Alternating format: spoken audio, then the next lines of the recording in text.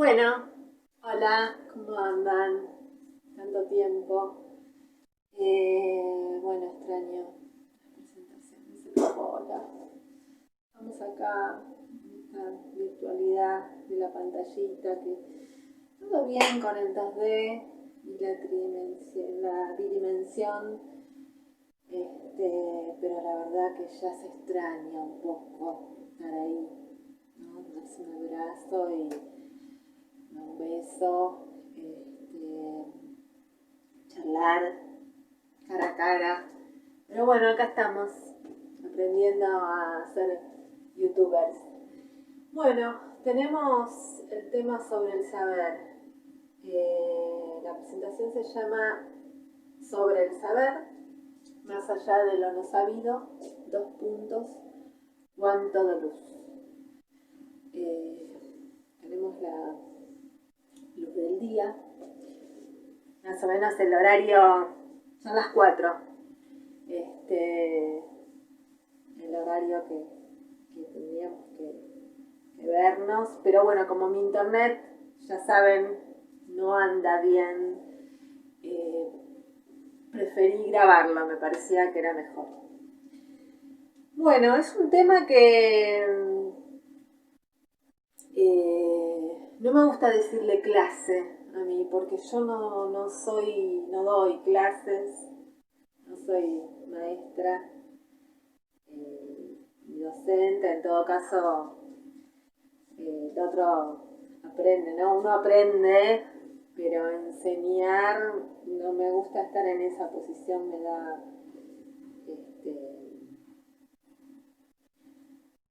no me siento cómoda, es la palabra. Creo que no me siento cómoda puesta en ese lugar. Por eso siempre, bueno, por ahí para algunos eh, da la sensación de,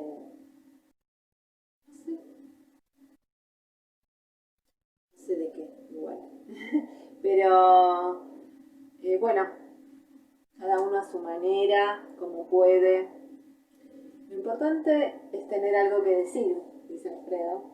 Así que tengo algo para decirles, que tengo ganas de decirles. Así que bueno, por eso, a pesar de los inconvenientes que tuve personales y de internet y etcétera, etcétera, etcétera, quería participar este año. El año pasado estuve participando del curso del Tornú, pero grabando. Me parece que es fundamental este paso en Apola, que es estar en una residencia. Así que me parecía importante que haya estado grabado el año pasado y bueno, y este año estar de este lado.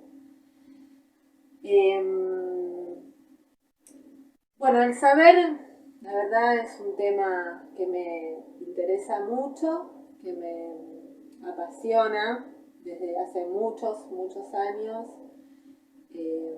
Cuando terminé el secundario y empezaba la facultad, desde muy chiquita sabía que quería ser psicóloga, psicoanalista.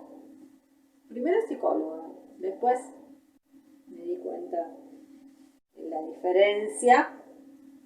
Y desde muy chiquita, porque ya a los 9 años mi papá me empezó a leer Lacan, eso ya creo que ya lo conté. Y entonces empecé análisis de muy chiquita, por acá cerquita. Y me gustaba mucho, me parecía una linda, muy gratificante profesión. Lo es, por suerte. Y bueno, me interesó mucho la cuestión del saber en el CBC, cuando hice pensamiento científico. apasionante, apasionante, apasionante. Los teóricos de Esther Díaz, me encantaban. Y bueno, en uno de esos teóricos ella dice que en la época de los griegos, el saber se construía con otros, dice ella, que decía Platón, ¿no? Que se da con otros. Miren que el personaje de Platón es Sócrates, el personaje, ¿no? Habla a través, Platón habla a través de Sócrates, y Sócrates decía que él lo único que sabía era que no sabía nada, ¿no? Y bueno, y a partir de ese no saber, es tan importante para querer saber, ¿no? Estar en esa posición de la docta ignorancia. Como analistas, como estudiantes, como investigadores, que es la propuesta que hace Alfredo Eidenstein en las entrevistas que le hicimos con Tomás. Él decía que para ser analista hay que investigar, hay que estudiar y hay que investigar. Porque uno, como analista, tiene que querer saber lo que le pasa a esa persona que viene, que llega, saber de su historia, ¿no? La trama, de cómo se articularon los significantes en esa historia. Bueno, ya la otra vez cuando presenté estructura significante, hablé de estas distintas formas que para Lacan se articulan los significantes. Una de las formas que trabaja Alfredo mucho en esta presentación de estructura significante, no me acuerdo de qué año es, me parece que es en relación al seminario 20, es en el 2017 creo que fue, 16, 17, no, miento, antes porque yo no estaba, 2014, yo empecé en 2016, así que 2014, 2015. Bueno, ahí él trabaja, habla de instituciones, ¿no? Que hay ciertos entramados significantes a la forma de enjambre que están en relación a las instituciones. Bueno, y el saber quería pensarlo también en relación a esto es lo que uno quiere saber cuando es analista, ¿no? El saber del psicoanalista. Y el deseo del analista. Como dice Alfredo, no me acuerdo cuál, creo que en la del deseo. Qué bárbaro este hombre, la verdad. Muy bueno. En el videíto ese que está la concepción del deseo en Lacan, que habla del nudo, deseo de reconocimiento del deseo, una joya, una de tantas joyas que tenemos, por suerte, que nos ha generosamente donado. Bueno, ahí él trabaja, ahí él habla de esta cuestión. Bueno, ¿a qué iba? Esto, a la posición deseante, ¿no? A la posición deseante de saber, digo yo, ¿no? Que uno como analista tiene que estar en la posición deseante de saber. Ya vamos a ir, quiero ir en un momento sobre eso. Son muchas cosas. que tengo ganas de articular. Vamos a ver si podemos. Bueno, y en relación a mi historia personal, fui la primera de la familia en recibirse de una carrera universitaria. Mis padres muy humildes, muy humildes. Nací en una villa, así que la villa 31. Y costó muchísimo. Pero mi mamá es de Santiago del Estero, nació en el medio del campo. Pero mi papá se había analizado y estaba de moda y era pertenecer a un círculo de intelectuales, así que leía muchísimo Lacan.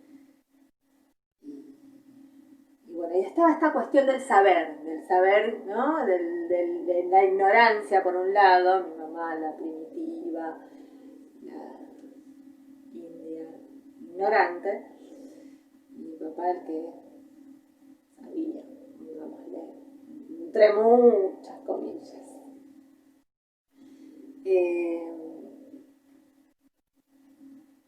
Pero los otros días, algo muy lindo que pasó, fue que los otros días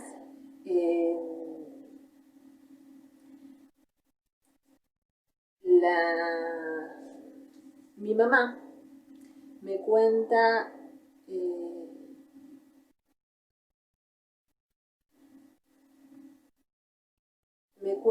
que cuando era chiquita no había reloj en el medio del campo. Entonces, como sabía a qué hora se tenía que ir a la escuela, por la sombra, veía la sombra que generaba el sol en algo.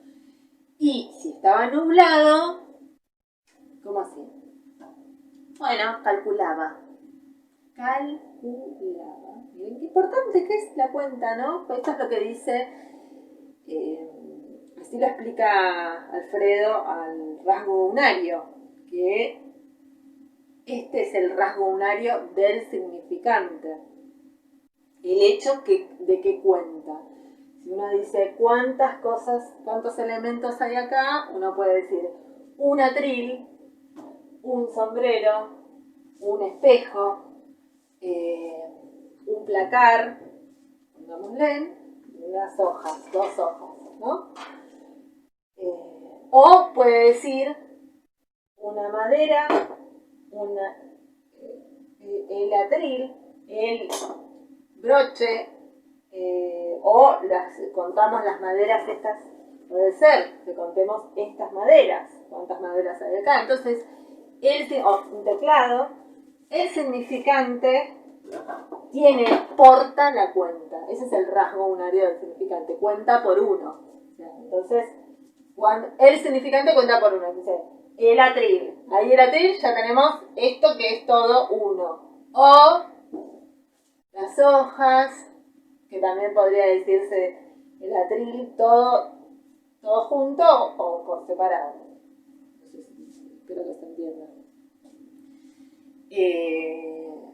Bueno, a eso, al cálculo, la cuenta. ¿Qué calculaba? Calculaba por las tareas que tenía para hacer, que era barrer, darle agua a los animales, ir a llevarlos a pastar. Mamá era pastora. Y comía tierra. No porque tuviese hambre, porque no, ella decía no pasaba hambre porque estaba la comida por todos lados.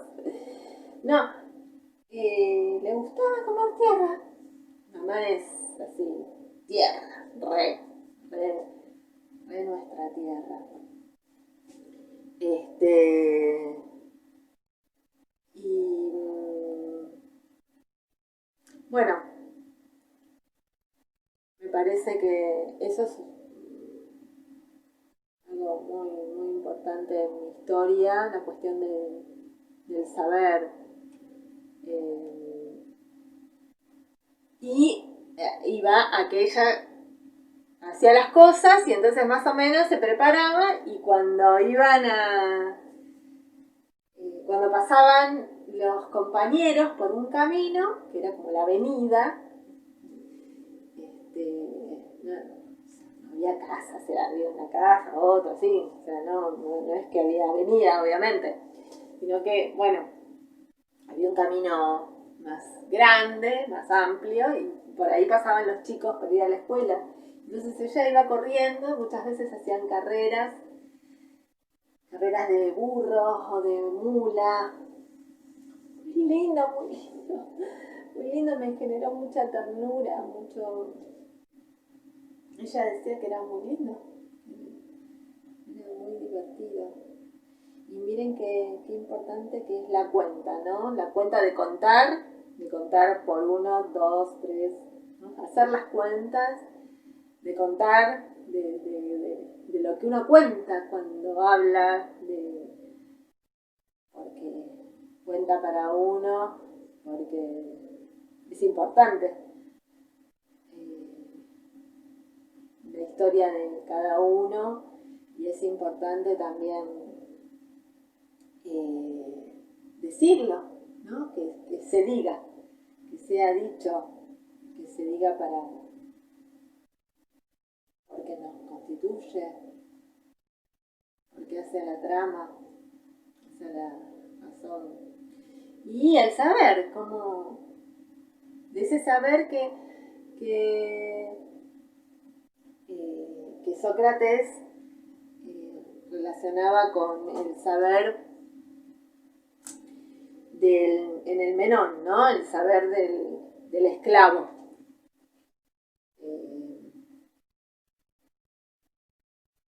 Decía que todos tenemos la capacidad de saber. Y a esto me refería cuando decía en la entrevista que le hicimos con Tomás, Alfredo Edelstein, en relación al saber, que la posición en la que se encuentra Pola, me parece que es la propuesta de apertura para otro Lacan, es una posición distinta en relación al saber,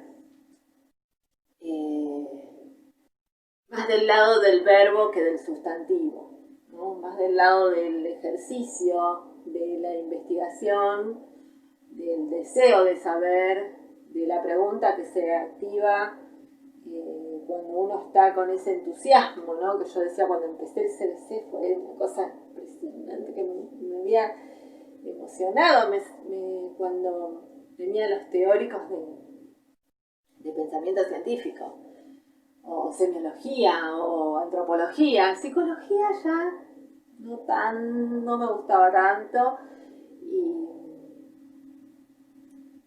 biología menos. Tenía los sábados de 7 de la mañana, siempre llegaba dormida y me pasaba durmiendo, me la llevé a final, pero bueno, la rendí.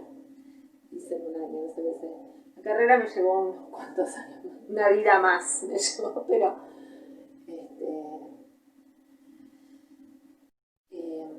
bueno. Y miren qué bueno lo que contaba ella, es esta oposición entre verdad y olvido. Cómo la verdad se oponía al olvido, porque cuando la gente moría, cuando las personas morían, sus almas, su cuerpo, tierra, gusanos, todo, ¿no? Se desintegraba. Pero su alma andaba volando, puras, sus almas puras tal cual eran, y veían las verdades,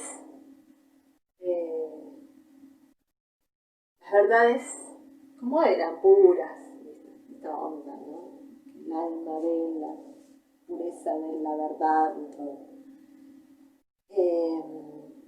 Y antes de reencarnar en otro cuerpo, tenían que ir a tomar el agua del río Leteo. Que el Leteo era olvido. Entonces, tenían las almas, iban a tomar de ese agua del río Leteo, para reencarnar. Entonces se decía que la gente se olvidaba, no era que no sabía, ¿no? Sino que se olvidaba de la verdad. Y esto está bueno para pensarlo en relación al inconsciente, ¿no? El inconsciente como saber no sabido. Porque en oposición a lo que yo planteaba en el seminario del año pasado, de Samiguar, Freud y Lacan, en oposición a la represión en Freud. En Freud es represión y en Lacan es saber no sabido.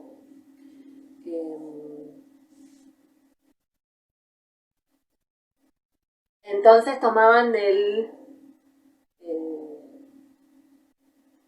río Leteo y verdad se decía a Leteia. Por eso decía ella alguna frase, una oración así que me emocionaba contarla, cuando uno está en el ejercicio de saber que tiene que ser con otros, uno siente un escozor en la espalda como si las alas volvieran a salir, ¿no? Como si uno sintiera que tiene ese volar. Alfredo en una de las presentaciones dice como que uno se levanta, ¿no? Tiene esos momentos de wow, descubrí algo, o mirá lo que entendí, y uno se levanta, se tiene que ir a tomar un mate, dar una vuelta o algo. Bueno, es genial, es muy lindo, muy lindo.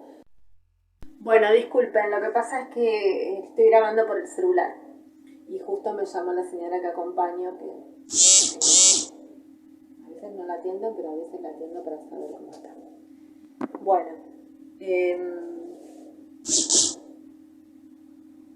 entonces,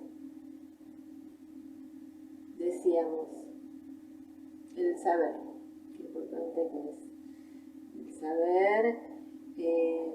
Bueno, en el trabajo que hice, que presenté el año pasado en relación a la desambiguación, represión versus saber no sabido, lo que planteaba es que, bueno, a partir del trabajo de Alfredo Eidenstein, es que podemos reconocer esa diferencia entre la teoría de Freud y la de Lacan, ¿no? Parece que lo dibujaba como una banda de Moebius, como una torsión, ¿no? Una torsión que produce Eidenstein en esa banda, que es la superficie que Lacan utiliza para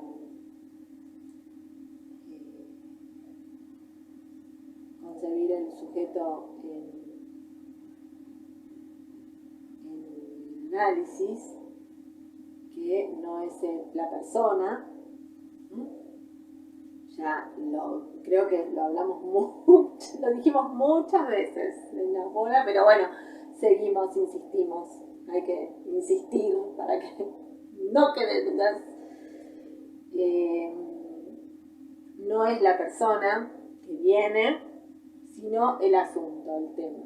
Entonces el tema por el que vamos a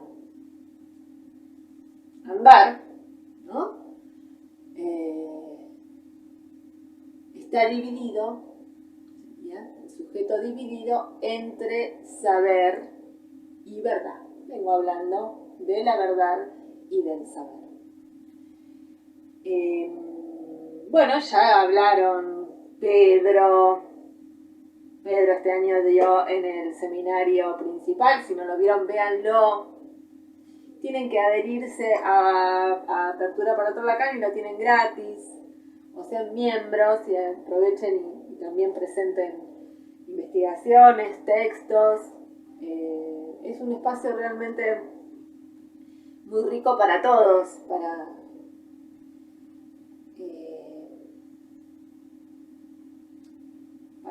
conocer gente, para aprender, para estudiar, investigar,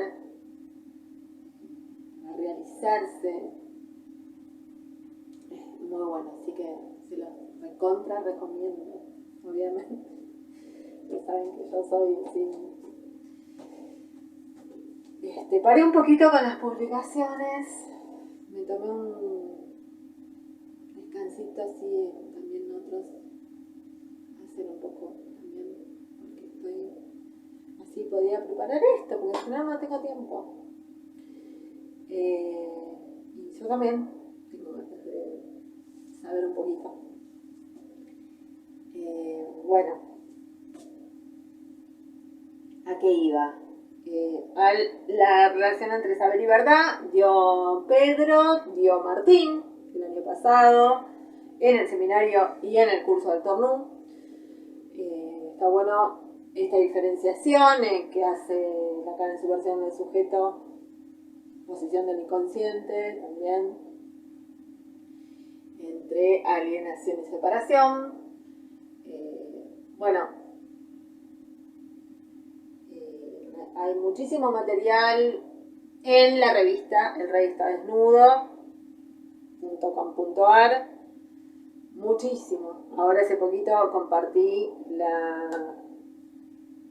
el listado que hizo Micaela Krumholtz de los artículos del Rey, buenísimo, porque ahí por autor dice qué es lo que hizo cada uno, en dónde está, así que mejor imposible, amigos. Y que ahora hizo una publicación hoy o ayer, la vi, una publicación Martín Mesa. Bueno, otra cosa que quería decir de Martín Mesa que me pareció muy bueno es este trabajo que él hace en relación a la confianza. Qué importante que es para pensar la transferencia, ¿no? La posición, la relación de confianza que tiene que haber para que se instaure la transferencia o que se instaure la confianza para el trabajo de ese trabajo conjunto que es entre analista y analizante, que ya no sé si les queda claro, lo vieron, pero que Alfredo lo plantea no como necesariamente de una persona, ¿no? O sea, que puesta yo en el lugar del analista, yo sea la que funcione siempre como analista. Bueno, lo veía hace poquito en el curso, los análisis de caso, en el grupo de análisis de caso que le está haciendo, que participo, por suerte. Es que lo que decía justamente es que a veces uno puesto en el lugar del analista, a veces tiene que admitir que está o fue por el mismo camino que se anda en un análisis. Por momentos uno puede estar en ese lugar de analizante, no necesariamente uno siempre es analista, se pretende, pero a veces, muchas veces el paciente mismo es el analista, ¿no? Y muchas veces funciona el análisis y la posición del analista más allá de lo que diga del paciente el analista, ¿no? La persona del paciente, la persona eso me parece importante pensarlo, porque justamente tiene que ver con desaprender esta idea del adentro y del afuera de lo tridimensional, ¿no? Bueno, la banda de Moebius es una superficie abierta, una superficie topológica que, bueno, ya saben, creo, lo importante que es la topología en el psicoanálisis de Lacan, contrario, inverso al de Freud en este sentido, también en el sentido Una inversión que no necesariamente es contraria, me parece, ¿no? También, por momentos. Porque bueno, lo decía la otra vez Adriana, no es que está afuera el discurso del otro, no es que está que el inconsciente pensado como discurso del otro no es que está afuera, sino que está entre. O sea, no necesariamente, por eso no es del todo lo contrario, ¿no? Contrario sería si estuviese afuera. No, no es que está afuera, está entre. Por eso la superficie es una superficie de separación. Ese es el ejemplo que da Alfredo, ¿no? De la superficie del agua que separa el agua del aire, que está entre. Y esto me parece importante también pensarlo en relación a lo que había trabajado de estructura significante entre el habla y la escritura, porque uno como analista también está en esa posición en la que hay como una traducción, ¿no? O sea, que el analista en posición de analista tiene que hacer como una traducción. En la presentación que él hace, que Alfredo hace sobre el deseo, lee seminario 1, 2 y 5, donde trabaja la posición del analista como el que homologa. El analista homologa, dice. Dice, esto es esto mismo. Eso también es muy interesante para pensar porque como el significante en cuanto tal no significa nada y necesita de por lo menos otro significante, que en realidad son 4 mínimamente, para una estructura de 4 lugares para poder significar, nunca es lo mismo, no hay mismo, en realidad no podría haber mismo porque siempre hay, lo que hay es diferencia, porque aunque se diga lo mismo, no es lo mismo. El ejemplo es la guerra, ¿no? O tu madre es tu madre, o mi madre es mi madre, ¿no? No es la misma madre, mi madre, que la que digo cuando digo es mi madre. ¿No? Mi madre es mi madre, puede ser, mi madre está en posición de madre, o sea, mi madre biológica, ¿no? Tiene esa cara, ese cuerpo, está en esa posición, o no está, o no lo es. Digo que no es la misma, no hay mismo, y esto me parece que está en relación a la diferencia, que es muy importante que sigamos pensando, la diferencia Freud-Lacan, la diferencia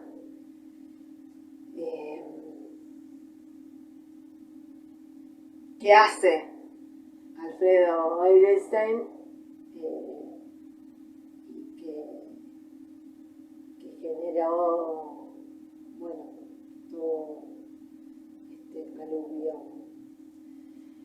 que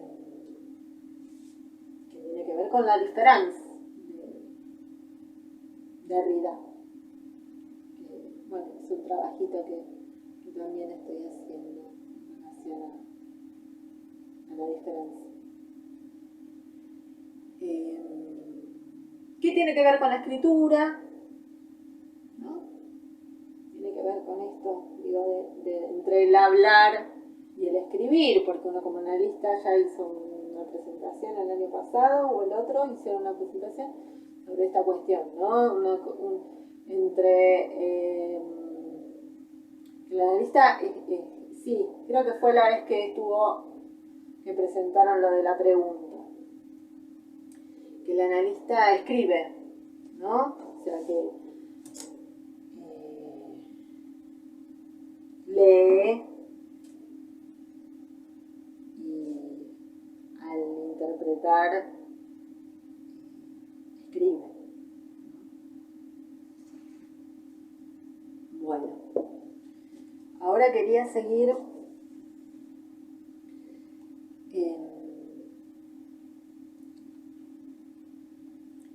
bueno, quería hacer un dibujito que es muy importante en todo esto.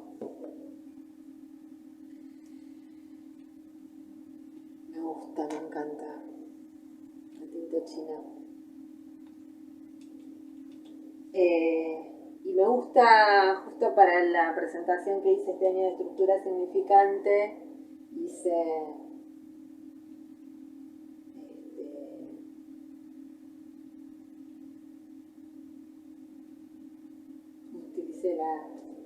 el pincel y la tinta china. Quería hacer por un lado esto, que es el bucle. No se ve nada. A ver.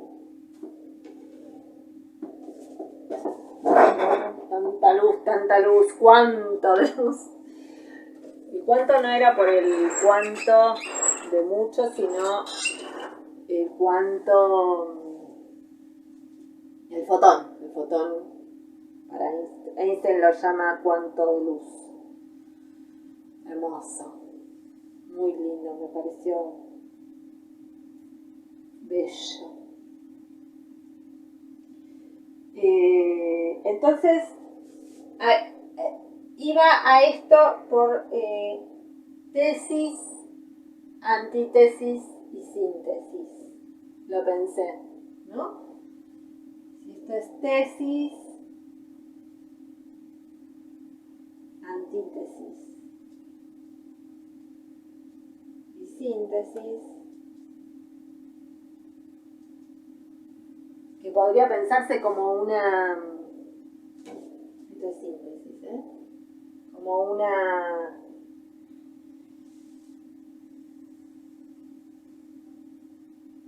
banda, como una elipse, ¿no? La de la cadena de ADN. Que va tic, tic, tic, tic, tic, tic. ¿Qué es lo que planteaba Alfredo en la entrevista que le hicimos con Tomás? Que para él quizás se trate de que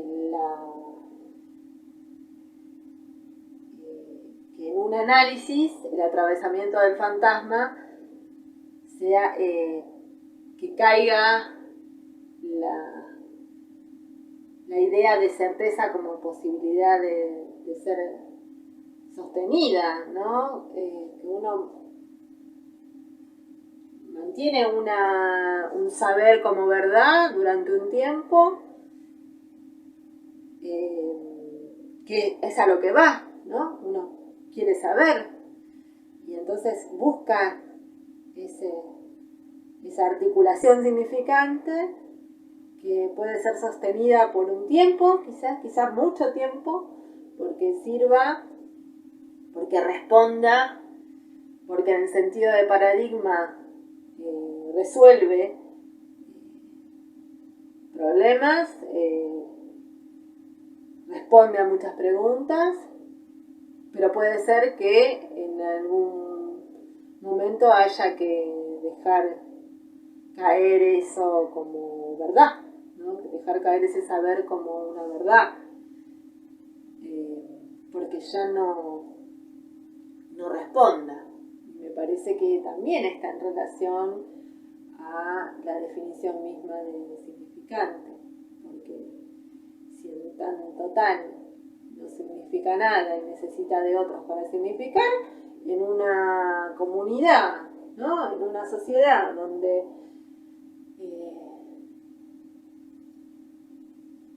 concebimos, nos relacionamos en relación a determinados saberes, con determinadas concepciones, bueno, de la mujer, ¿no? Como antes era normal, entre comillas, ¿no? Pero, bueno, era normal que a la mujer se la conciba como inferior. Freud la concebía inferior. Teníamos un pito chiquito.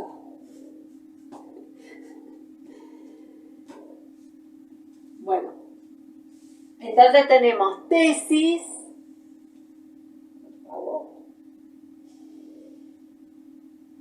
Y acá yo había pensado en lo sabido.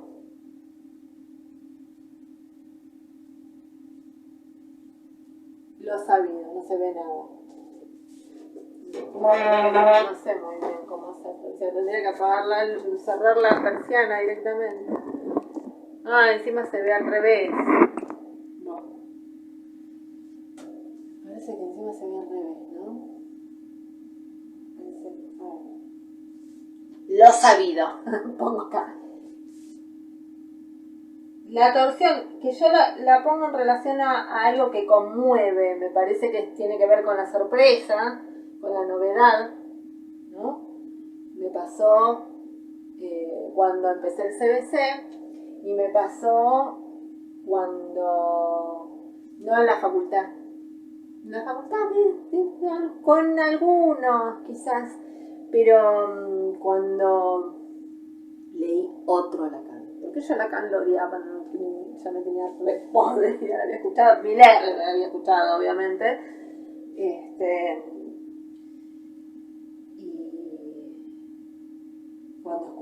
cuando leí, cuando me compré otro Lacan, me produjo una conmoción. Entonces acá puse que creo que nos pasó a muchos, por suerte, una alegría, ¿no?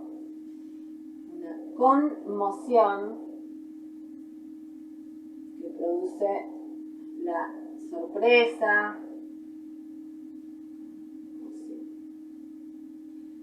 que tenemos sorpresa, novedad,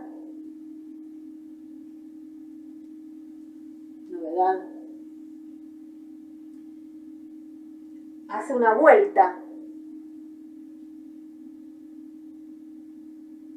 que en realidad sería así, que viene para acá y va para allá, o sea, acá ya iría para allá en realidad. Bueno, tendría que ser con otro color. Bueno, viene para acá, lo sabido, ¿no? Lo que sabemos. Algo produce una torsión, una conmoción, sorpresa. O sea, la novedad sería produce conmoción, sorpresa, y genera el bucle, ¿no?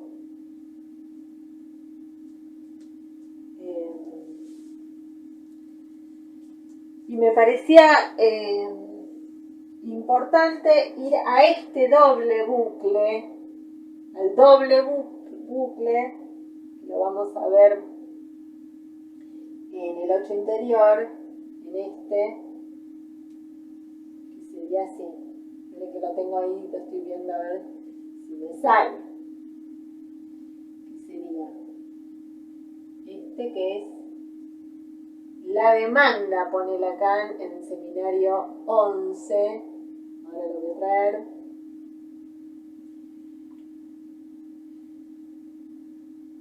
La demanda.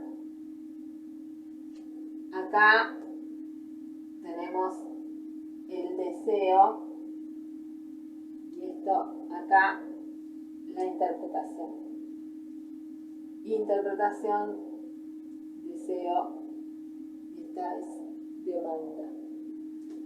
Si se ve, se puede ver acá. Lo que me parecía importante pensar en relación a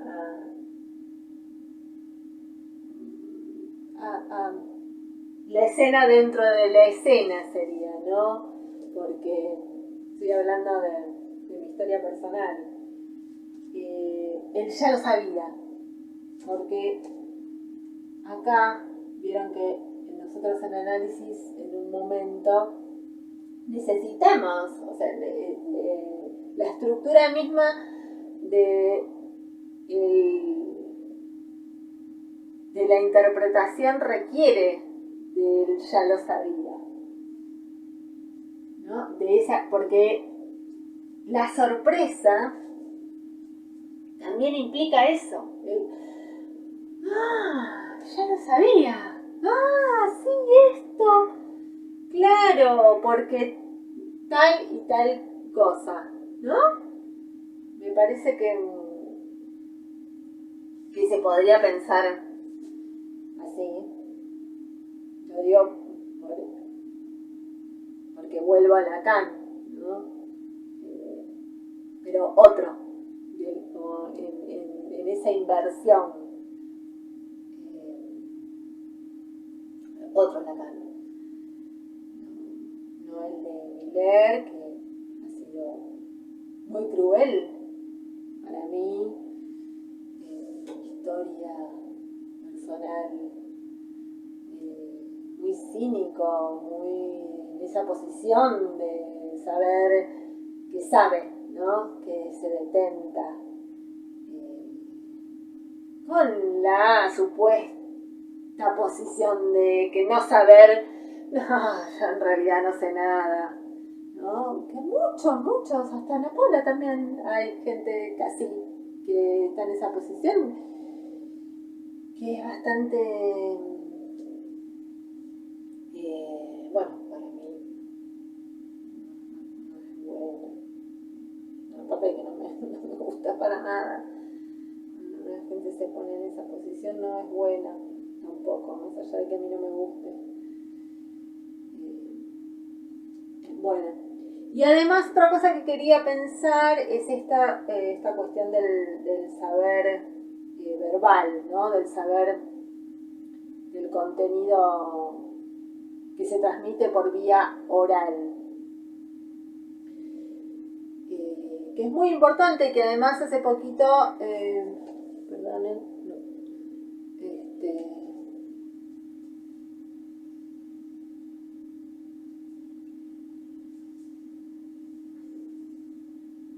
es muy importante, porque si no, leemos, sí, leemos, todos leemos, pero es una transmisión muy distinta a la oral,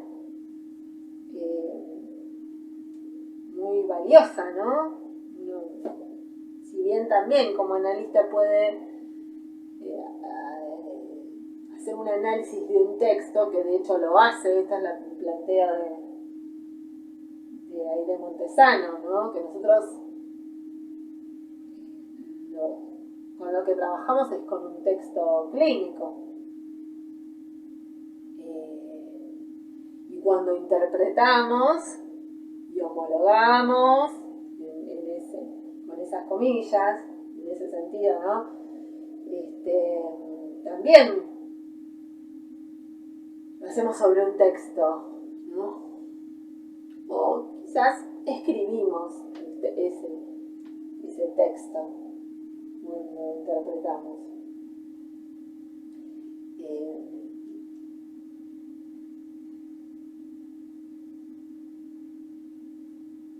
Entonces está entre el hablar y el escribir. Y bueno, una de las cosas que yo planteaba en el trabajo del año pasado, de represión versus saber no sabido, era que me parecía que se podría pensar que Lacan toma la banda de Moebius porque en el texto la represión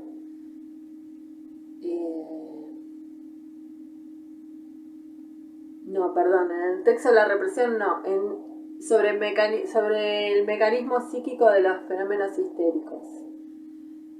En una parte dice, el histérico padece por la mayor parte de reminiscencias, y ahí una nota al pie, la nota número 7, dice, no nos resulta posible distinguir en el contenido de esta comunicación preliminar qué parte es nueva y cuál se encuentra en otros autores como Moebius y Stramberg, que han sustentado parecidos puntos de vista respecto de la histeria. Entonces, lo que plantean acá es que no pueden distinguir de quién es eso, ¿no? Si es que lo dijeron ellos solos sería, o es que también, lo sacaron de Moebius Strapper porque ellos también sostienen más o menos lo mismo. Resulta que voy a buscar a Moebius, y el Moebius al que se refiere Freud no es el Moebius de la banda de Moebius, es otro, pero el de la banda de Moebius es el primero que aparece, o sea,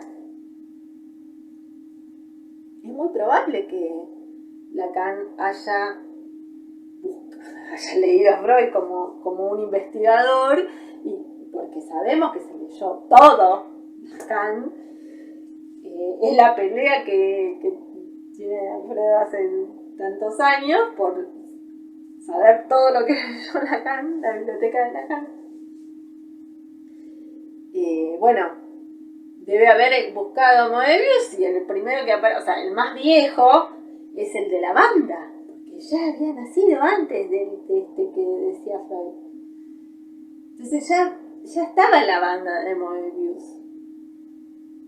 Matemática cuenta la banda que utiliza Lacan para pensar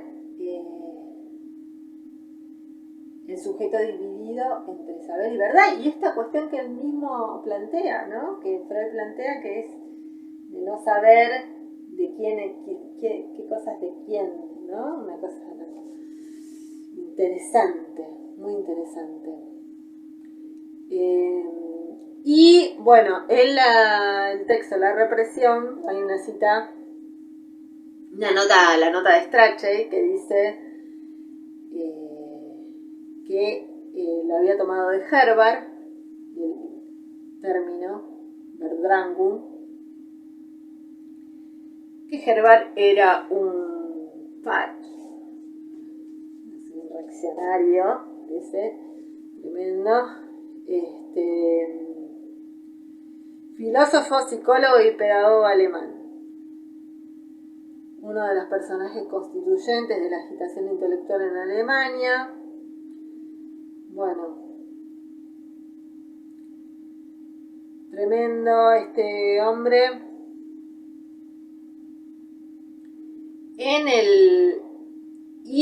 Que dice la nota de Strachey que además puede ser que lo haya tomado de Meiner, que era Theodor Meiner, era el maestro de Freud, le haya transmitido las ideas de Herbart. Y Meiner fue profesor de Flechsig, y había médico psiquiatra, neurópata, y hablaba de la neuroanatomía del cerebro. Bueno, bastante, me parecía importante como rescatar esto para seguir pensando, porque además en esa época se empieza en el 1900, el momento que Freud crea un nuevo lazo social, ¿no? Es el psicoanalista con el paciente, con el analizante, que Freud no lo trabaja así. Es Lacan el que habla de analizante y analista. Freud es paciente. Bueno, que el mismo Wikipedia decía que Herbart era un reaccionario. Y Freud toma de esta persona el término represión. Entonces, lo que yo decía en el artículo, que está en el Rey, les recomiendo que lean el artículo que está en el Rey, en la revista 15, es que todo muy lindo, ¿no? Con las mujeres que hablen digan, pero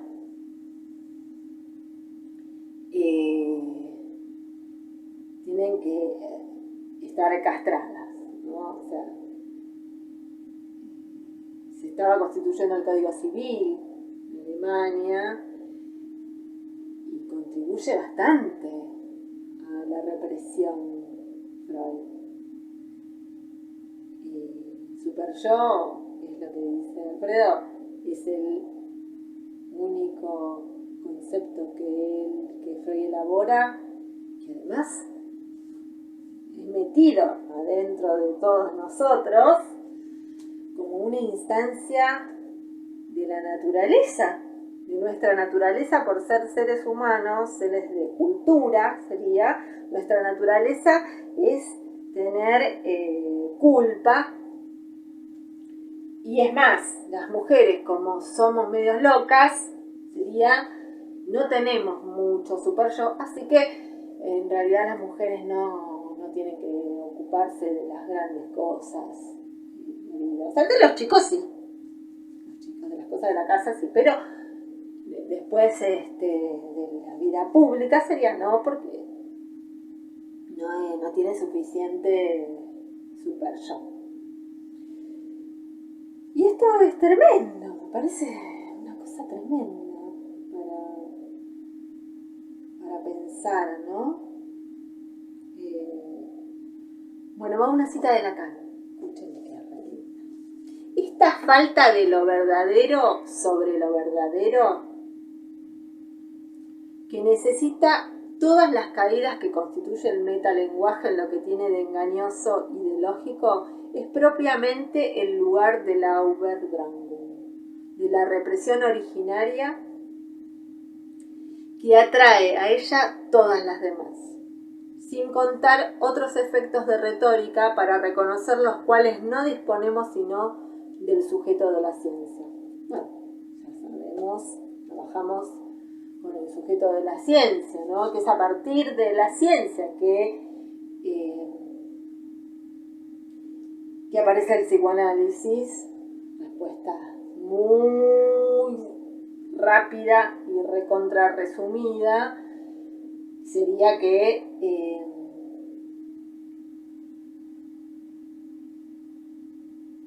a partir de la concepción de la ciencia y que ya no está Dios como garante de verdad, que aparece la ciencia como un saber que constituye verdades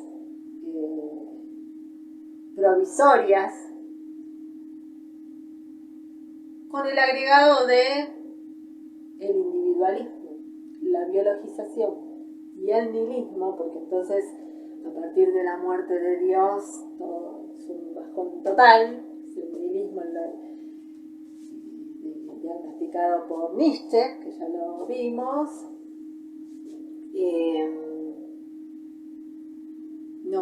No voy a citar, me llegó como una crítica, no sé qué cosa tenía que citar, que si necesitan alguna cita mándenme por mail. De todas maneras esto lo escribí, así que después se los paso también. No exactamente así, obviamente, escribí algo para ir guiándome. Y las citas que me parecían pertinentes las tengo, se las paso. Sobre Nietzsche, sobre Dios, me parece que es de público conocimiento que él plantea a Dios ha muerto. Lo del seminario 11, ahora les digo de dónde está. Tengo acá el seminario 11, sí, acá está. La papa. Acá está. El interior. Esta vez. Este es 162. No, pero acá no está. Bueno, después se la paso bien. ¿A dónde está la cita de.? Donde dice este dibujito específicamente. Acá en el seminario 11.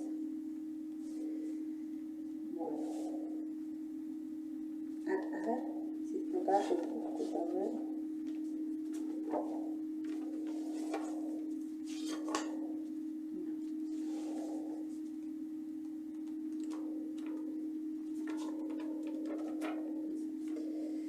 Bueno, discúlpenme, ahora después se los paso. No encuentro ahora.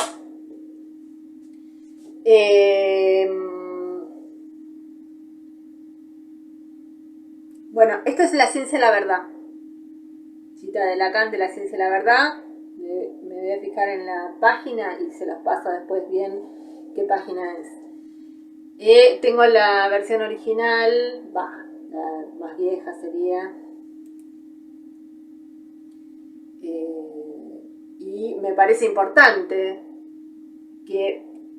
es muy importante esta cita porque está bastante claro que él, cuando trabaja Urbertrang, que es represión originaria, lo que va a decir que está en ese lugar es la falta de lo verdadero sobre lo verdadero, que es no hay garantía de verdad, ¿no? Dios ha muerto como garante de toda la verdad, entonces no hay garantía, por lo tanto no hay ninguna certeza, no hay posibilidad de la certeza, y eso hace posible el progreso de la ciencia, porque justamente no hay certeza, no hay determinación en el sentido del discurso amo, ¿no? De esta flechita que hace el discurso amo, cosa que dice que no es, decía la otra vez Alfredo, que no es posible, no existe esta flecha, no es posible, esta no es posible, la determinación. Y a esto se refiere con que la causa, esta flecha, lo que dice es que no hay causa en el sentido, por eso Lacan dice la causa siempre cojea. Hace poquito Leandro hizo una presentación muy buena sobre la causa, sobre esta cuestión, ¿no? Y que Alfredo Eilensen, en relación a la pandemia y el coronavirus y esta ansia de buscarle una explicación, que bueno, todos queremos, nos sale buscar explicaciones a las cosas, lo que nos pasa, pero en el sentido de ser la causa que determina, ¿no?, de esta flechita, es imposible. Lo que hay por eso para Lacan, y es una cosa maravillosa que Lacan lo haya dicho, qué brillante que fue Lacan, cuántos hombres brillantes, mujeres también. Bueno, entonces lo que tenemos es bucle, ¿no? Y en el medio del bucle lo que tenemos es vacío, agujero. Y esto me lleva a... Tengo que cortar, porque tengo que atender. Ahí vuelvo. Estamos en esos discursos. Me parece que llama confusionar al discurso amo. Dice, al que pone de manifiesto por el discurso universitario, porque tiene que hacer girar la máquina para ese lado, porque el discurso psicoanalítico, como bien lo trabajó Ramiro, va en contra del sentido del reloj. Este es el discurso histérico. Vamos a...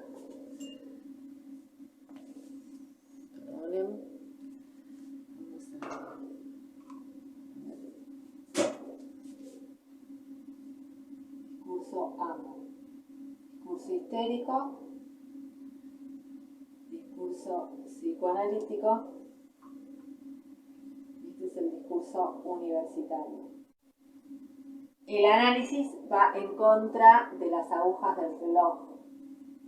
Hace un cuarto de giro, clic, clic, clic, ¿no?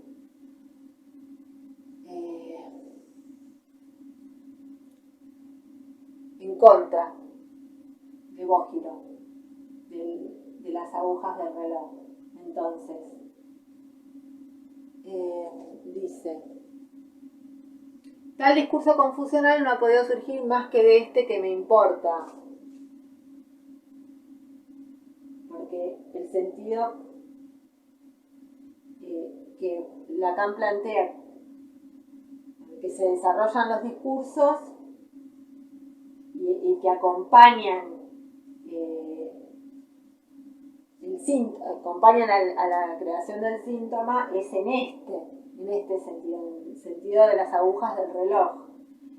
Entonces, del universitario sale el discurso amo, que después pone en cuestión la histérica y que Ramiro acá ubica en el discurso científico, en el trabajo que hace en el curso que dio sobre los discursos. Dice que él desdobla la máquina de los 4 discursos y en el discurso histérico pone el discurso científico.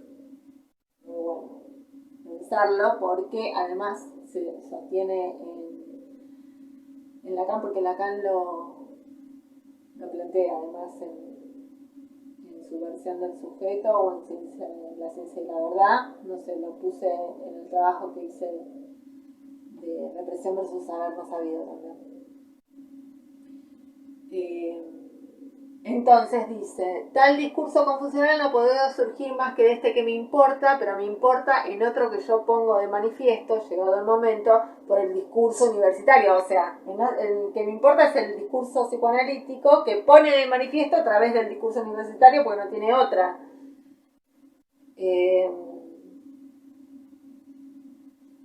O sea, por el saber puesto en uso a partir del semblante. O sea, no está en el discurso universitario cuando transmite de alguna forma, ¿no? Tiene que transmitir, o sea, transmite. Que pone de manifiesto a través del discurso universitario, pero el que apunta es al discurso psicoanalítico, ¿no? Para algunos que se puede pensar para llegar a posicionarse en el discurso histérico, porque es el discurso que hace pregunta. El discurso histérico es el que pone en cuestión, ¿no? Se dice que el discurso histérico busca un amo al cual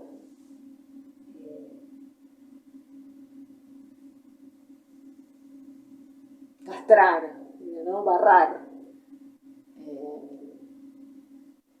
para mostrar su falla. O sea que, bueno, es interesante.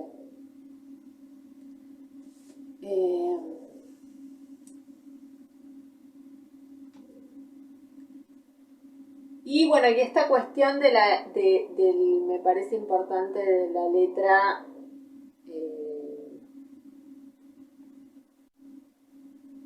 en este escrito como escritura sobre la arena, como escritura efímera, ¿no?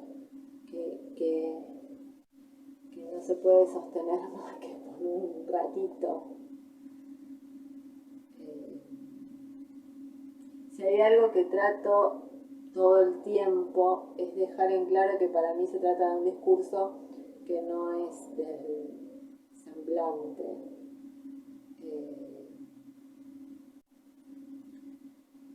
Porque no estoy en esa posición. Sigo. El menor sentimiento de que la experiencia a la cual yo hago frente, la del análisis, no puede situarse sino por otro discurso, hubiese debido que hubiese debido preservar sin confesarlo como mío,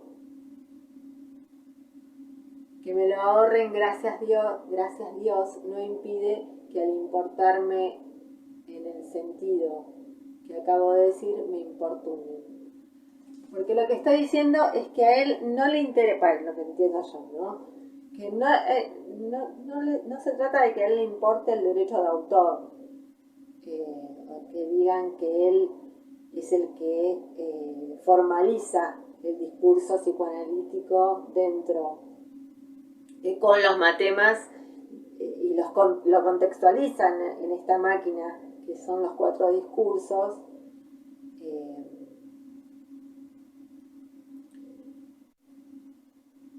Me parece que lo importunan justamente por no reconocerlo, ¿no? O sea, no reconocer esa diferencia esa diferencia con Freud, ¿no?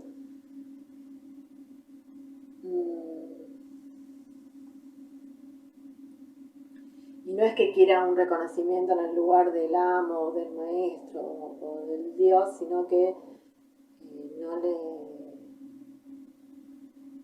Bueno, esto, que no reconocen esa diferencia que genera y que es lo que intenta poner de manifiesto, ¿no?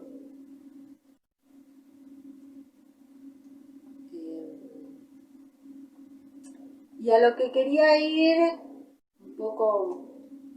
porque además él trabaja la caligrafía, ¿no? Él habla en este escrito sobre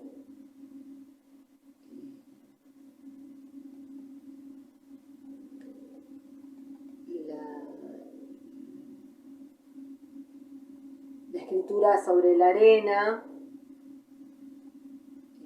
porque él va a Japón y ve estos murales de tela con esas escrituras, y la caligrafía, la escritura sobre la arena es todo un arte que se practica, no sé si ya lo nombré en relación a la película esta Héroe, que el hombre se da cuenta que no puede pelear cuando escribe, cuando haciendo el arte, practicando el arte de la escritura sobre la arena, escribe nuestra tierra. Nuestra tierra, escribe nuestra tierra, ¿no? Literatura terra.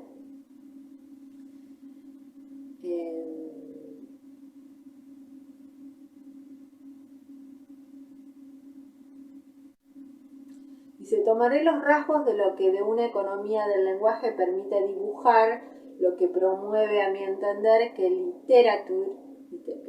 la literatura vire quizá a literatura tierra. No asombrará el verme proceder con ello a una demostración literaria, puesto que eso es andar al paso con que la cuestión se produce, en lo que sin embargo puede afirmarse lo que es una demostración así.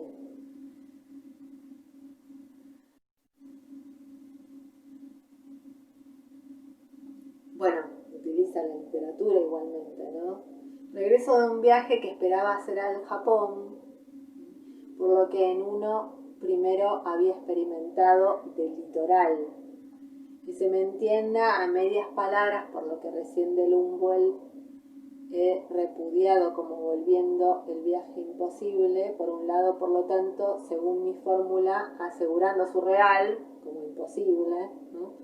Pero prematuramente, solamente por volver, pero por malentendido, imposible su partida, o sea, a lo sumo cantar partamos. O sea, lo que entiendo es que él fue, pero ni llegó, en realidad ni llegó a irse porque no entendieron nada.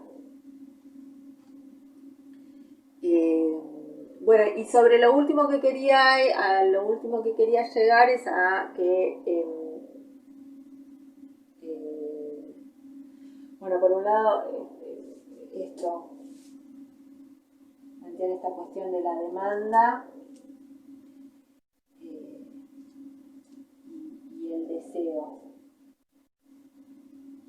y el doble bucle y la interpretación. Porque lo que dice Alfredo Eisenstein en esa presentación del concepto de deseo es que lo que no hay que perder de vista, que es lo que dice Lacan, ¿no? Es que cuando uno interpreta siempre hace más, que es reconocer que hay deseo, que hay deseo ahí, ¿no? El que sueña, que no solamente uno interpreta el sueño y dice esto es esto, vos, ¿no? Que la pipa es tu papá, hablando de la todedora, dejé de fumar. Dios, qué asco.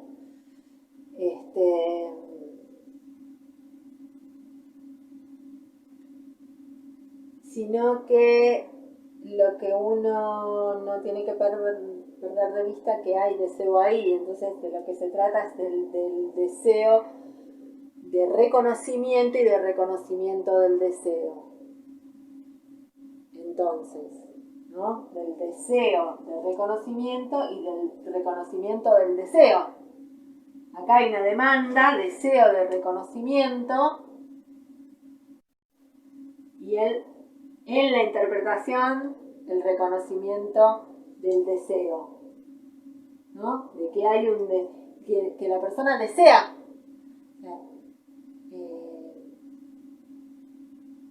Y que entonces, tal vez de lo que se trate es de llegar a producir esa interpretación con el material, donde hay una escena dentro de la escena que permite leer el deseo más allá de la demanda, ¿no? Y por otro lado, lo que quería decir es en relación al saber, que mi hija empezó en el CBC y hace poquito estábamos leyendo un texto buenísimo que le están dando en el CBC, que me pone muy contenta. Se llama Aprender y enseñar ciencia, del conocimiento cotidiano al conocimiento científico. Ramiro compartió ahora un texto sobre el conocimiento, el sentido común y el epistémico, muy bueno. Bueno, y lo que me llamó muchísimo la atención, que pareciera que lo hubiesen leído Alfredo, porque comienza con un epígrafe con 3 citas. Una sobre James Fraser, de James Fraser, la carta dorada, la rama dorada, perdón. Si un otentote, que es como un héroe,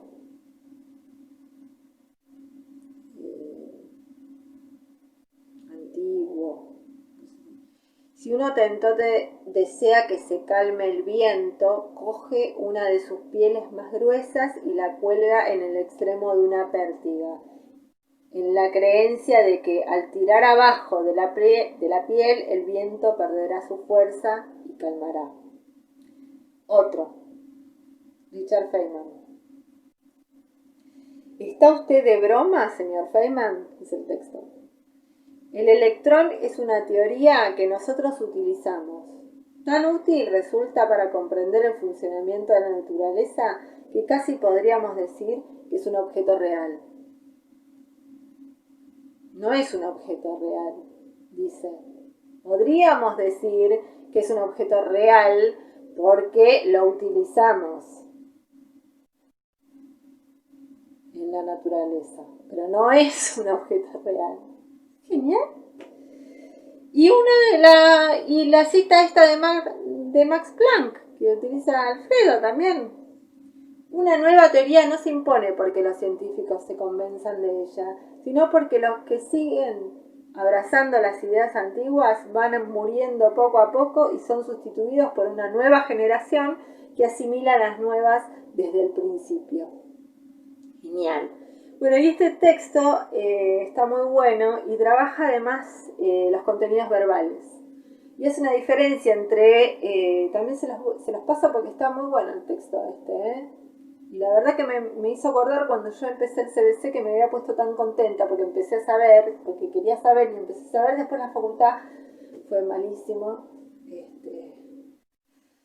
Todos los profesores fueron lacanianos, de psicoanálisis, de psicopatología, sobre todo de psicopatología, uno peor que el otro. Además, supe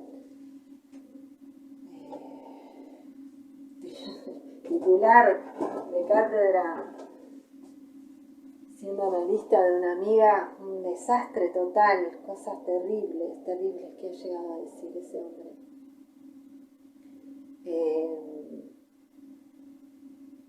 En esa posición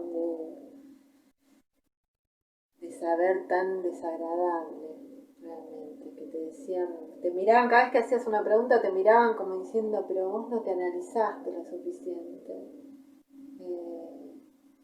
¿Querés que te dé una tarjetita? Tremendo. Bueno, lo que decía es que este texto que le dieron en el CBC está muy bueno porque trabaja la cuestión de los contenidos verbales y los distintos contenidos verbales, ¿no? Lo que se aprende por repetición, por memoria, y los conceptos que tienen que ser comprendidos. Muy bueno también, se los voy a pasar. Está muy interesante. El aprendizaje significativo, los conocimientos previos, cómo se tienen que hacer. Bueno, critica obviamente el sentido común, cómo tenemos que desaprender en el sentido de lo que plantea Bachelard como obstáculo epistemológico, ¿no?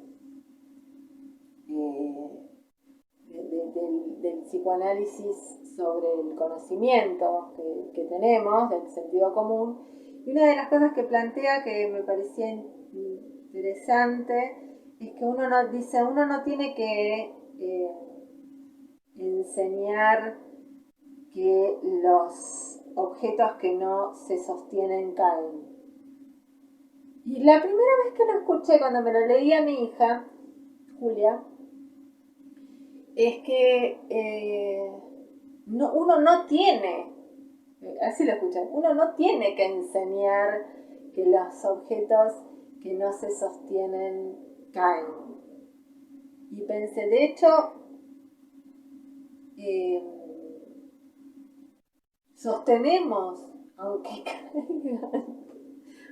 caigan, seguimos sosteniendo un montón de cosas, ¿no?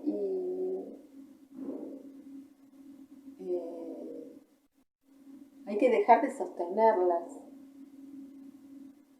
tal vez.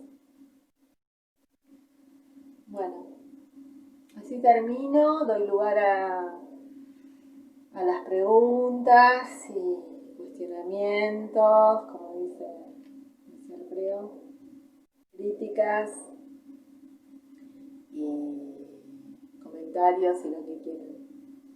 Bueno, besos.